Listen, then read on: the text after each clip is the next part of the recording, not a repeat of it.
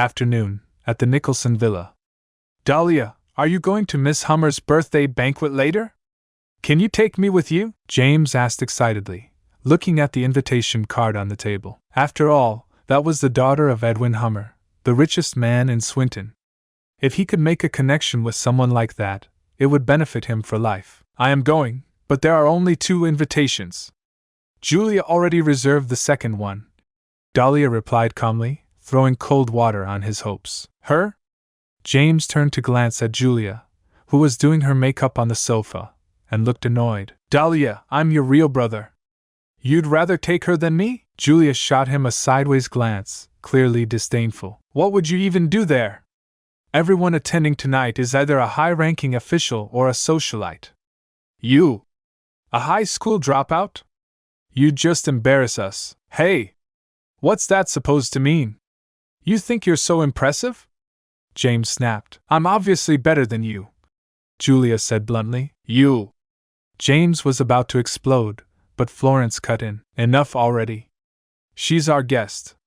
Julia just graduated, and going to the birthday banquet with Dahlia is a chance for her to build connections. As her brother, can't you be more generous? Did you hear that? Julia smugly raised her chin. If I can become friends with Miss Hummer, I'll be soaring in no time. And you all can ride my coattails. Humph. Rely on you? I'd rather count on myself. James dropped onto the sofa, sulking. Ever since Julia showed up, he felt like he'd fallen completely out of favor. Oh, right, Dahlia, I almost forgot. Florence suddenly remembered something and pulled a delicate jewelry box from her bag. This is a gift Matt gave you a few days ago.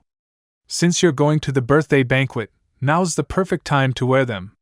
Take a look. She opened the box to reveal a pair of ruby earrings, delicate and brilliant, sparkling beautifully under the light. Wow! So pretty! Julia's eyes lit up. She immediately stood up and took the earrings, turning them over in her hands. Aunt Florence, these must be expensive, right? Matt said they're Pandora earrings, custom made. There's only one pair like this in all of Swinton. Easily worth over $1 million, Florence said proudly. Really? Matt sure knows how to spend money. Julia beamed, then picked up one earring and put it on. Aunt Florence, how do I look? My Julia was born beautiful. Of course they look great. Hee, then thank you, Aunt Florence. Julia didn't hesitate. She put on the other earring too, as if she fully intended to claim them as her own. Florence froze for a second at that, then gave an awkward smile. Julia, these were a gift from Matt for your cousin. Isn't it a bit inappropriate for you to wear them? What's the problem? I'm just borrowing them for a couple of days. It's not like I'm not giving them back, Julia said boldly. But... Florence was about to speak again, but Julia interrupted her. Aunt Florence, we're all family. You're not seriously going to be stingy over a pair of earrings, are you? Julia! Those are Dahlia's earrings. Who gave you the right to wear them? James finally couldn't hold back any longer. She said she was borrowing them, but nothing ever came back once it left with her. How was this different from stealing? Hey! Why are you yelling? It's just earrings. Do you really have to be so petty? Julia slammed the table, shouting even louder. I'm petty? Look at yourself. Have you no shame? James snapped back. You're insulting me? Julia flared up instantly. Aunt Florence! Did you hear that? If I'm not welcome here, I'll just leave right now. She turned to storm out, but Florence quickly grabbed her. Julia, what are you doing? Of course you're welcome here. It's just earrings. I'll lend them to you. Mom! You! Enough! Florence glared at James and scolded. You're her older cousin. Why do you always have to fight with Julia? Can't you be a little more generous? Fine. You just keep defending her. I'm done. James stormed out and slammed the door. Seeing this, Dahlia frowned slightly. She didn't care much about the earrings themselves, but Julia's entitled attitude seriously rubbed her the wrong way. Cousin, you don't mind if I wear your earrings, do you? Julia gently brushed her fingers over the ruby earrings, smiling sweetly. Do whatever you want. Dahlia couldn't be bothered to argue. She already didn't like receiving gifts from Matt in the first place. Hee, thanks, cousin. Julia grinned smugly and happily resumed her makeup. Evening, at the Emperor Grand Hotel. A black Mercedes slowly pulled up to the entrance. As the door opened, Dahlia and Julia stepped out one after the other. Tonight, Dahlia dressed modestly in a long black gown and matching black heels, with minimal jewelry. Julia, on the other hand, looked like a walking peacock, gaudy and glammed up. She was covered in glittering accessories, glowing from every angle. To better highlight the $1 million ruby earrings, she had even put her long hair up in an elaborate updo, completely calculated. Wow! What a beautiful woman! She looks like a movie star. I think she's even more stunning than a star. Her looks and aura are unreal. As the two walked in, guests at the entrance couldn't help but turn to stare, clearly dazzled. But most of the attention went to Dahlia Nicholson. Despite all her effort, Julia was barely noticed. Whether it was facial features, figure, or aura, Dahlia outshone her in every way. Clothing alone couldn't make up the difference. Humph! Julia was visibly annoyed. She had spent all day preparing for this banquet, thinking she'd stun everyone with her beauty. But thanks to Dahlia, she was completely overshadowed. These blind men. How could a divorced woman possibly be compared to her? Dahlia, you go up first. I'm waiting here for a friend, Julia said as soon as they stepped into the hotel lobby. She was clearly looking for an excuse to get Dahlia out of the way. With Dahlia around, all the attention was diverted, and how could she catch a rich bachelor or rub elbows with the elite like that? All right. I'll be in the banquet hall, Dahlia replied casually and headed to the elevator. Once unshackled, Julia immediately became the center of attention. She deliberately wandered around the lobby, striking seductive poses and tossing flirtatious glances, quickly drawing a crowd. Several men came up to chat, but she turned them all down, playing hard to get. Miss, your earrings are gorgeous. Where did you get them? Yeah.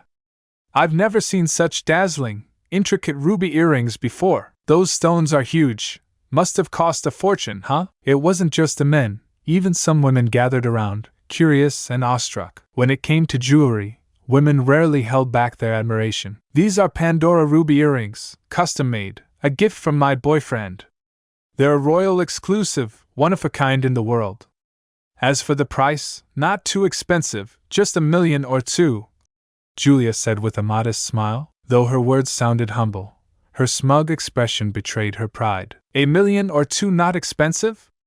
Wow, you must be from an extraordinary background. You're so lucky. Your boyfriend must love you so much to gift you something that rare. I mean, the price isn't even the main thing, it's the thought behind it. Custom made, one of a kind, so meaningful. I really envy you. The women around her buzzed with praise and admiration. Julia was floating with pride. She thrived on attention and adoration like this. Just then, a Rolls-Royce Phantom pulled up at the entrance. Out stepped a stunning woman, flawless features, flowing hair, and an elegant aura, as though the world revolved around her. It's Miss Hummer! A wave of excitement swept through the lobby. The crowd that had been surrounding Julia instantly shifted direction and surged toward the newcomer with fawning smiles. After all, this was the woman of the night, Tina Hummer, daughter of the wealthy and powerful Edwin Hummer. Julia had initially planned to go up and greet her too, but seeing the crowd, she held herself back. She knew full well, just following the crowd wouldn't get her noticed.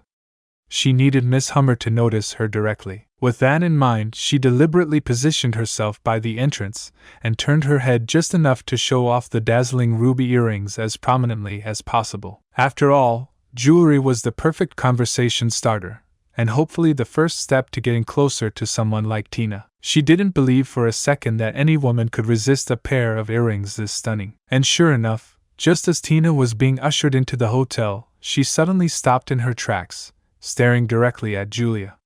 Sensing the perfect opportunity, Julia suppressed her excitement and stepped forward with a smile. Miss Hummer, hello? I'm Julia. It's a pleasure to meet you. She even reached out her hand politely, but Tina didn't take it. Her gaze remained locked on the ruby earrings as she coldly asked, Where did you get those ruby earrings? They were a gift from my boyfriend, custom made by Pandora, one of a kind. But if you like them, Miss Hummer, I'd be happy to give them to you, Julia said with a soft smile. Internally, she was ecstatic. Even someone like Miss Hummer couldn't resist the charm of these earrings. Boyfriend? Tina's face darkened. Was it Matt Laney?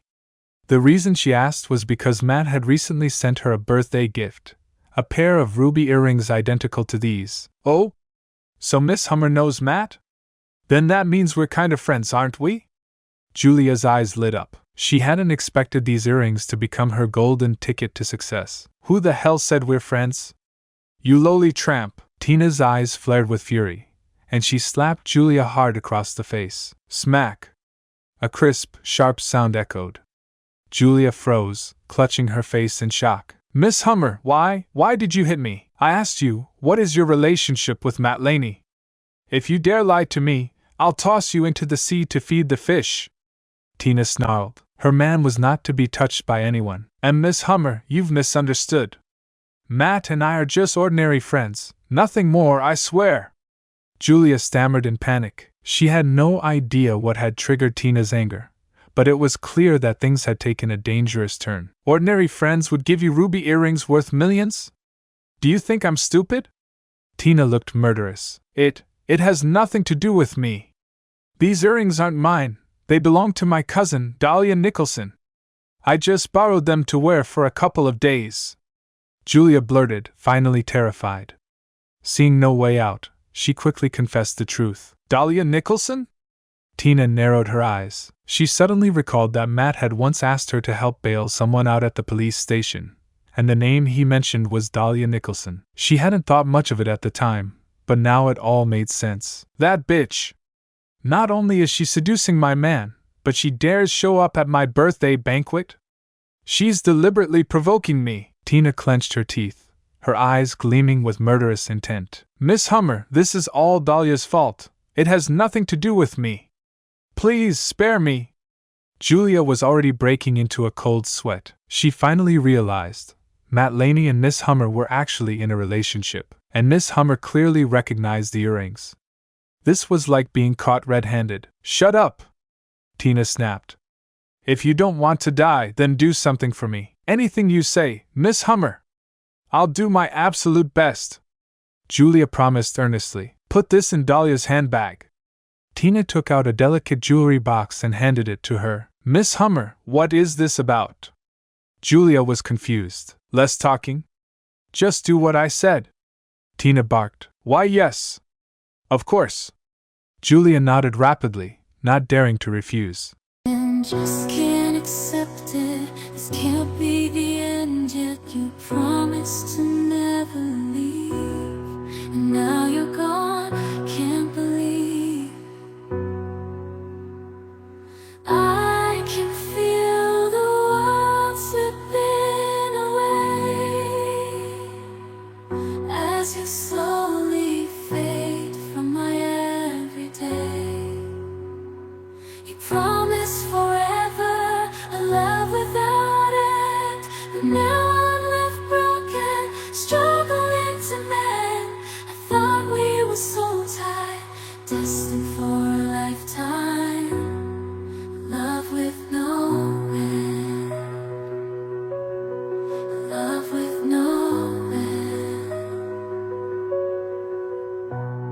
Staying in my imagination, memorizing the past time, the secrets, the love, the care, now they're echoes in the air.